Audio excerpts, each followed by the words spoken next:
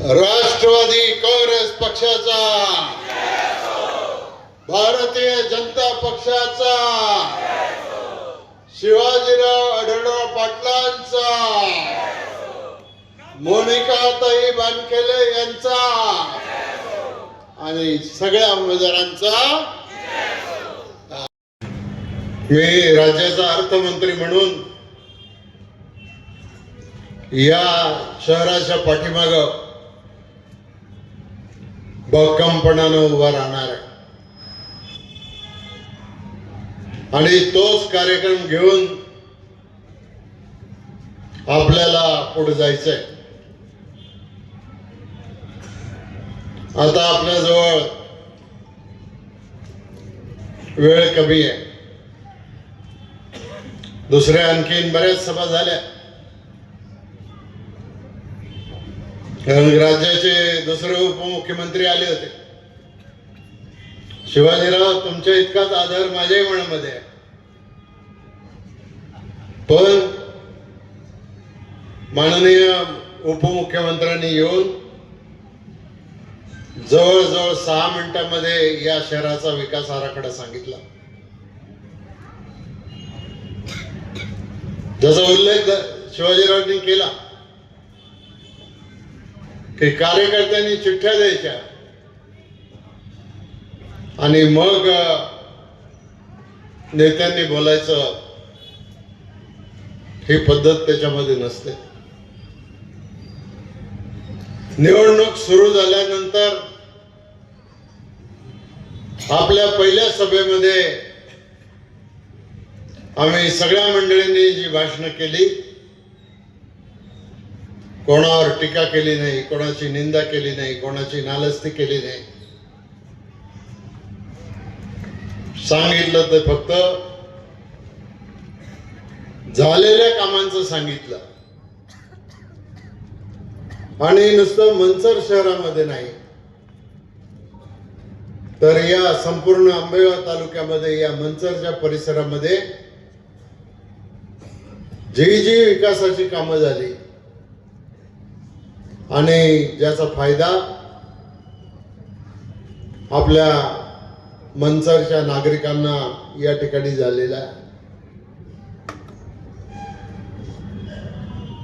आता वेळ आपल्या हातामध्ये अतिशय कमी आहे. उद्या आपल्याला मतदान करायचंय. 1 नंबरचा वार्ड सोडला तर बाकीच्या 16 वॉर्डामध्ये प्रत्येक मतदाराला 2 मतं द्यायचा अधिकार आहे. जी मताची पेटी असेल किंवा मशीन असेल, वरच्या बाजूला गुलाबी रंगामध्ये उमेदवारांची नावं त्या ठिकाणी असतील आणि मग ते मत तुमचं जाणार. ते या शहराचा नगराध्यक्ष कोण होणार याच्यासाठी जाणार. आणि म्हणून माझी तुम्हाला सगळ्यांना विनंती आहे की वरच्या गुलाबी जो भाग आहे त्या भागामध्ये जिथं आपलं घड्याळाचं चिन्ह असेल तिथं आपल्याला मतदान करायचं. 1 नंबरच्या वॉर्डामध्ये आपल्या वंदनाताई निवडून आल्यात, त्यामुळं तिथं नगरसेवक पदाला मतदान नाही करायचं. तिथं फक्त नगराध्यक्ष पदाकरता आपल्याला मतदान करायचं आणि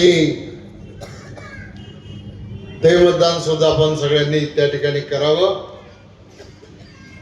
अशा प्रकारची विनंती मी आपल्याला सगळ्यांना या ठिकाणी करतो. क्रॉसिंग करून जर काही त्याच्यामध्ये, कारण फसवायचा प्रयत्न चालू झालेला आहे मला माहिती आहे आणि मला हे माहिती आहे की कोण कार्यकर्ते समोर आल्यानंतर